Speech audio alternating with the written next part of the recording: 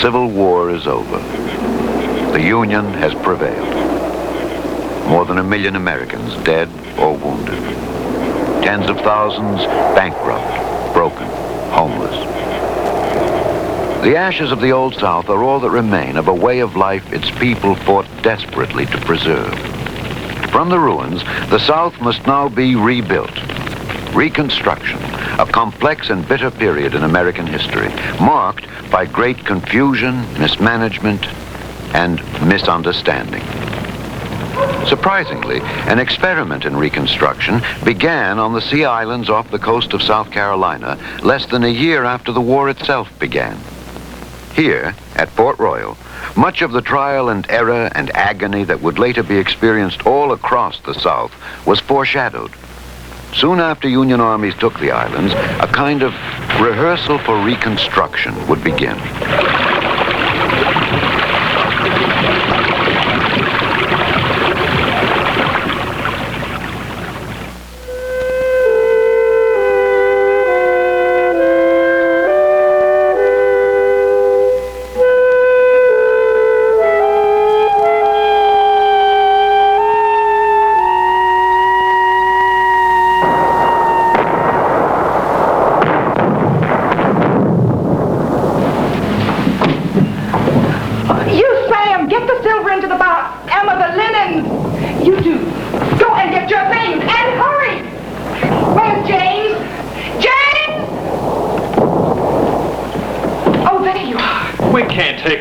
The Yankees will be here in no time at all. Get her out to the carriage. We're taking ourselves to Charleston. Albert, round up the field hands. Get them up here quick. We're leaving at once. Yes, sir. Hey! Hey, you niggers!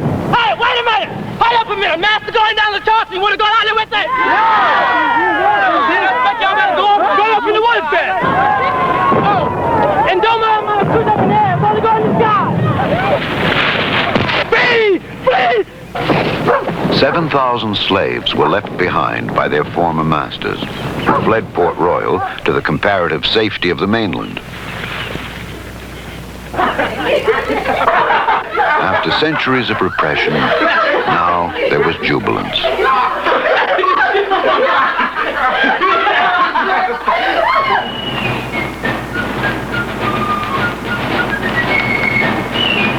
The Yankees!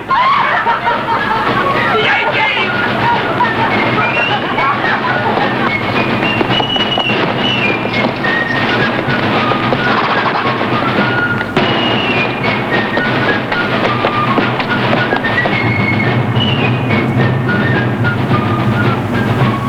The Union needed a harbor from which to supply its fleet that was blockading rebel ports. It also wanted a rich cotton crop to help pay for the mounting costs of the war. The Sea Islands had a harbor and the best cotton in the South.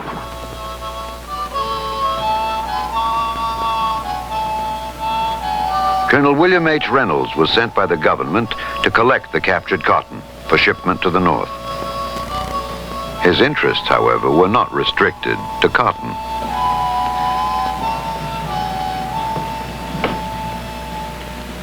Plunder throughout the war and later was commonplace. I want the furniture, books, jewels, and silver plate shipped to New York. We can sell the clothing locally. Strip the house bare. Now, for the first time, the confused and destitute slave was expected to fend for himself. In an effort to help, the federal government sent a group of missionaries to the Sea Islands in the spring of 1862. They were called Gideonites and were chosen not only for their anti-slavery zeal, but also for the staunchness of their character. Their leader was a young lawyer, Edward Pierce. We will prevent the deterioration of the plantation, secure their best cultivation, and promote the general welfare of the Negroes. Amen. We cross the prairie as of old, the pilgrims cross the... Pierce had put forward a plan to the federal government for the social and economic development of the Sea Islands. The radicals in Lincoln's cabinet hoped that the results of Mr. Pierce's experiment would be of immediate and practical benefit at the end of the war. all of men on freedom's southern line. They were determined that slavery would not survive the war. At Port Royal, they hoped to show America how the former slave could qualify as an American citizen.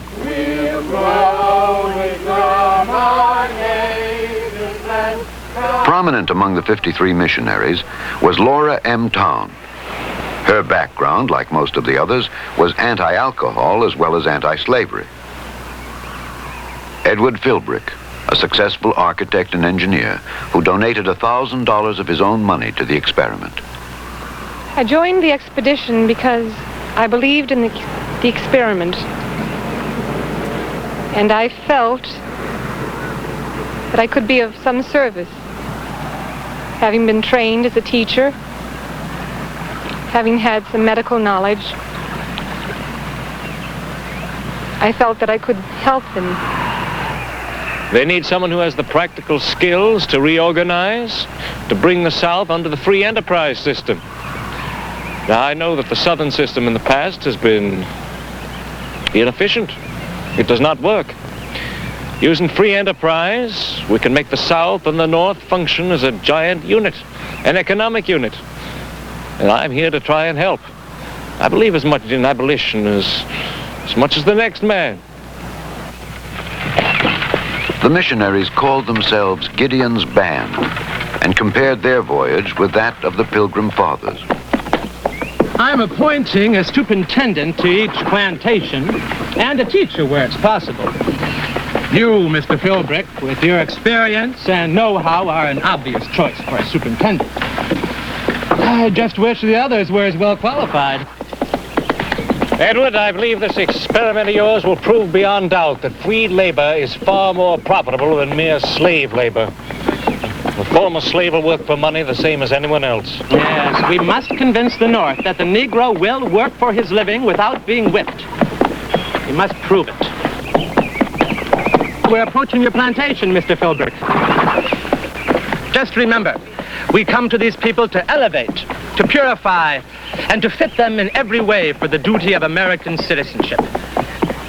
You come as their friend, their counselor, and their protector. Mr. Philbrick will soon have them organized, won't you, Mr. Philbrick? Here, the anti-slavery crusaders of the North met the former slave on his own territory for the first time. Hard work is colorblind, and its rewards are colorblind. In the marketplace, all men are equal, and they are judged according to their labors. You'll be paid for the cotton you plant and the cotton you pick, but for the cotton only. But, sir, we've already started paying our fields with corn and vegetables. Cotton. Any cotton?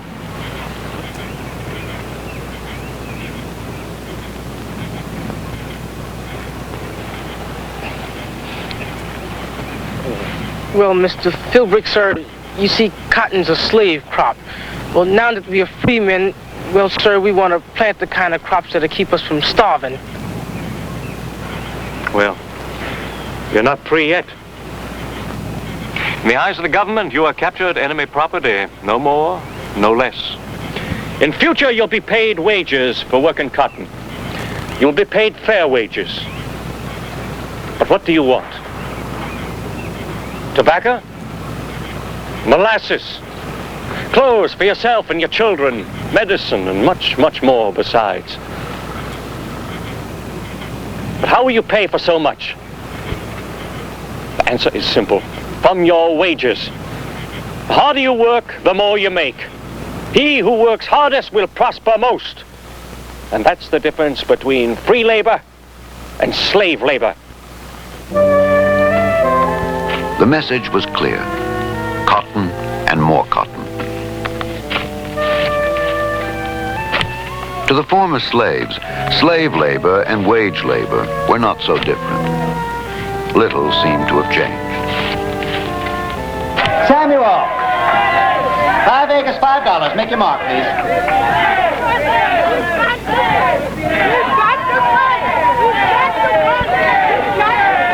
The blacks received their first wages 2 months late.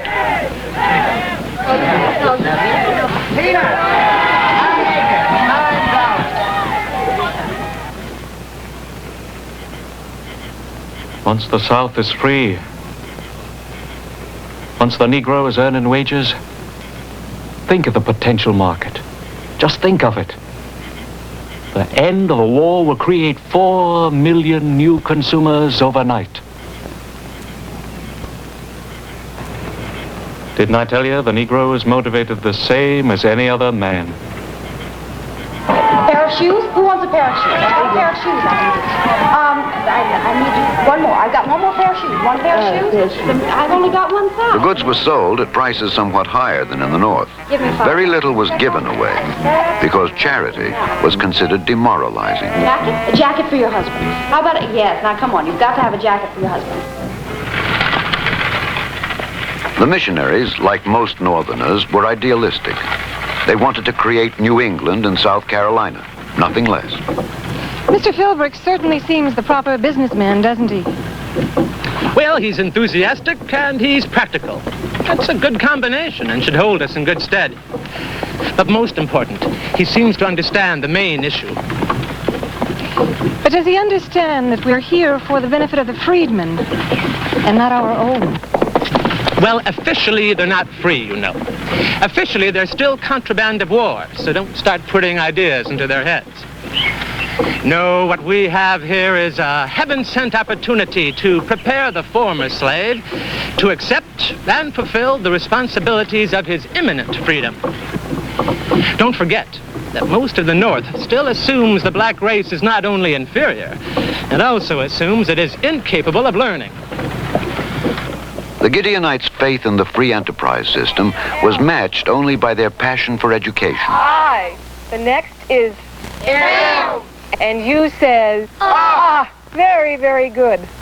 And the last one is a very special one. And what's it called? S. This is it. Now, Limas, will you write your name on the blackboard?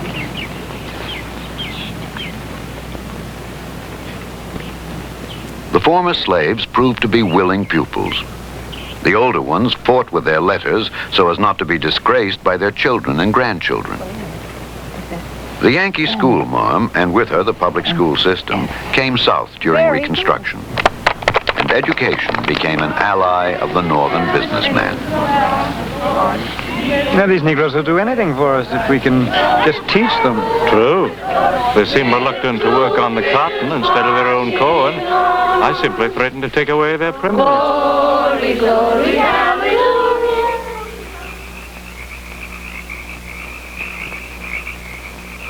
Education, it was believed, was the fundamental support of the northern way of life. There, boy, said he, you see what I have earned?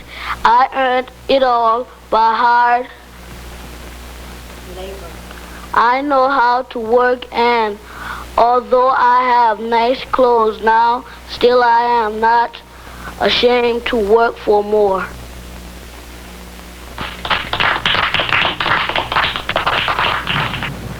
It's fine to teach the Negro to write his name and to add up figures. But unless he has some sort of business he can make money, some sort of way he can enter the free enterprise system, it's all going to come to naught. After 3 months, the experiment had taken root. They seem happy enough, don't they? You know, if the world were to look in now, they'd see an example of a well-behaved, self-sufficient peasantry of which our nation has no reason to be ashamed. But there was to be sudden change at Port Royal. President Lincoln is sending you a protector, a much more powerful man. From now on, the fate of the experiment was to be directed by the Army. To care for you. Mr. Pierce, the leader of the Gideonites, was leaving. You must love him and obey him. I bid you farewell.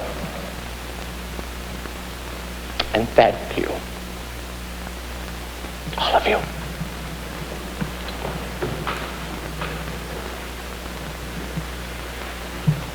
I would like all of you who are sorry to see Mr. Pierce leave us to express your feelings by standing up. To the skeptical North, Mr. Pierce had made his point. The black man was not only capable of learning, but he would also work without being whipped.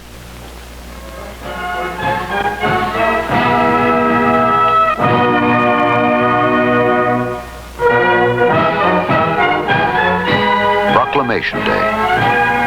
After more than 200 years, slavery was finally banished from the North American continent. My country is of thee, sweet land of liberty, of thee I sing. Land where my fathers died, land of thy pilgrim's pride, from every mountain side, let freedom ring. But freedom was now replaced by another issue, the disposal of rebel lands the government had seized for non-payment of taxes. Very encouraging, I must say. Especially so since the government is about to sell the land here in lieu of the land taxes owed by the state of South Carolina. The state of South Carolina being somewhat less than forthcoming. This could be such an opportunity for the people to buy their own land, to be self-sufficient and self-supporting. Their freedom backed by property could be the answer to so many of their problems. Well, hardly. They haven't got the money. Now, I'm afraid it's much more likely that land sharks and speculators will come in here and ruin everything we've done. Not necessarily. Not if we buy the land. I've convinced a group of businessmen in Boston to back me in purchasing as much of the land as possible. I'm tired of government inefficiency, which delays their wages. Philanthropy, which doesn't teach these people the value of a dollar. What this experiment needs is prompt businessmen.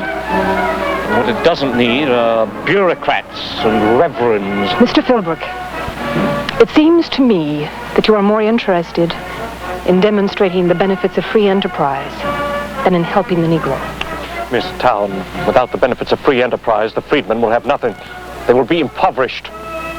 What the Negro needs is to work his own land by himself, to be self-sufficient. The freedom you speak of seems to be the right to work them for as little as you want, for as long as you want. Not true. That is simply not true. Yes? Who says so?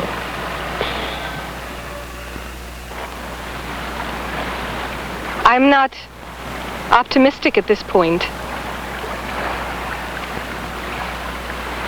I do not believe that Mr. Philbrick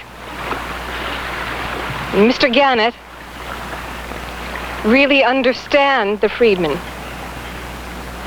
About 225 acres. Who'll give me $1 an acre? $1 an acre, making $1 a quarter. Less than a year after the black had first received wages, the first land sales took place.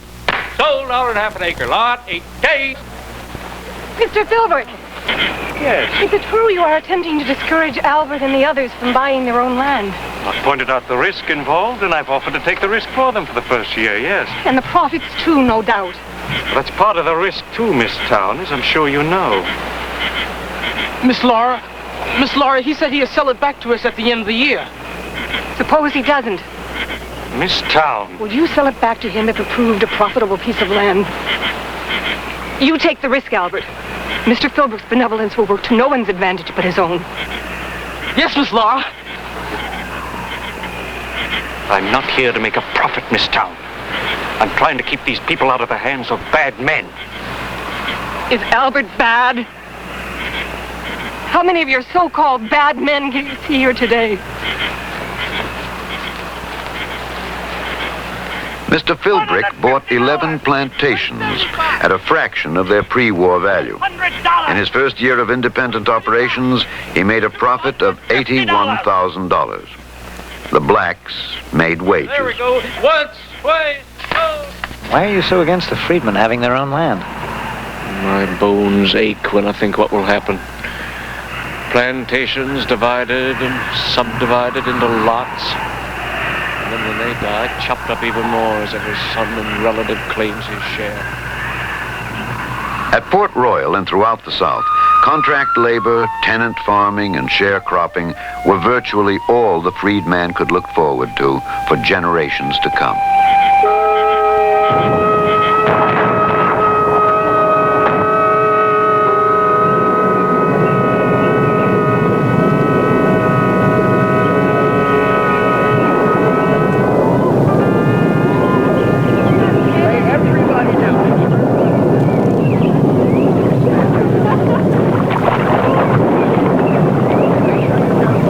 Women worked in the fields for new masters. Nearly all the able-bodied blacks went into the army.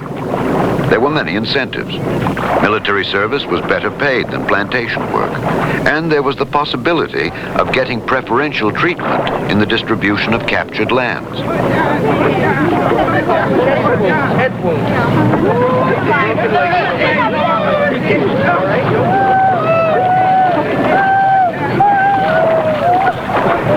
Many Northerners doubted that the freed man had the intelligence or the courage to fight for his freedom. But the blacks understood all too clearly what was at stake.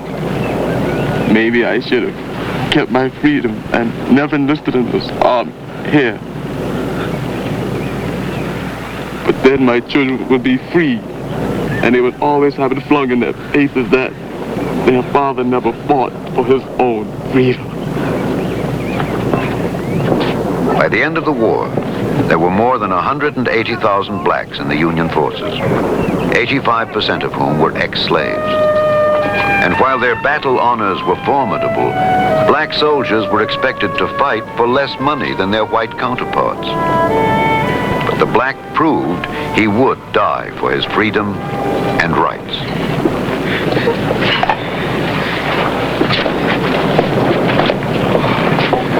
Don't squeeze too hard, Miss Laura. You might disconnect something. Come here. Sit down.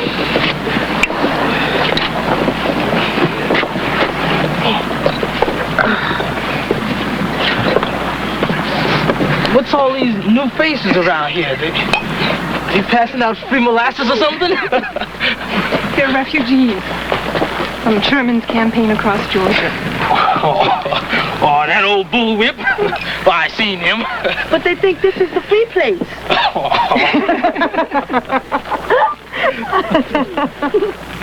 Former slaves flooded into the Sea Islands from all over the South because the experiment and the hopes it offered had become famous.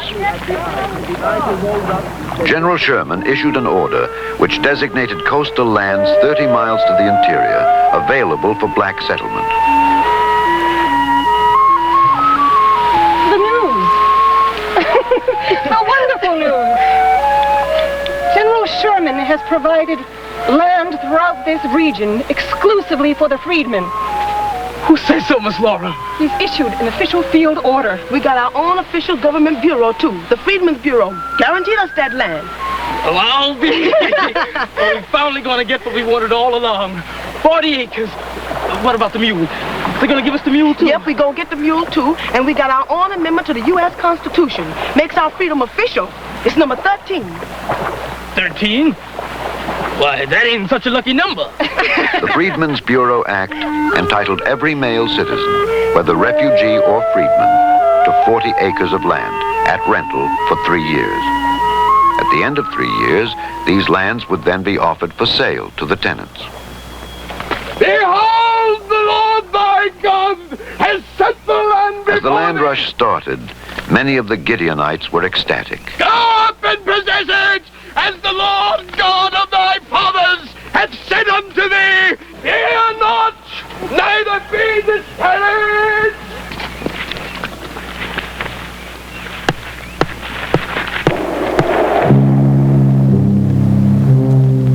The war was over. The Union had prevailed. And Abraham Lincoln, whose compassion was well suited to the problems of Reconstruction, was assassinated.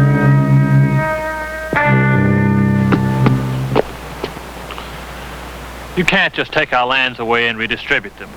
That is a denial of due process. It violates the sacred right of property. It is a precedent that will leave no one safe, not even the Yankees. The new president, Andrew Johnson, was sympathetic to the Southern landowners. their lands were gradually restored, and land reform for the black fell apart all across the South, violently. And what's left? The land, instead of belonging to the Negroes, is going back to the Southerners. The Negroes haven't been taught how to work on the land. Instead of growing cotton, they're growing just enough to stay alive.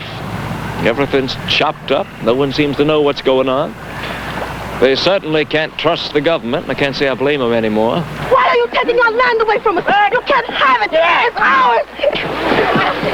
We fought with the Union Army. At Port Royal, the former slave proved that he was willing and able to work, to learn, and to fight for his freedom. Now you double-crossers, two-time us. Yet during Reconstruction, so surprisingly foreshadowed at Port Royal, America seemed unwilling to help its former slaves live now as free and equal men, denying the kind of legislation and justice that might have given meaning to freedom. For the black, the joy of emancipation turned quickly to bitter despair that has come down to this day. And Reconstruction goes on.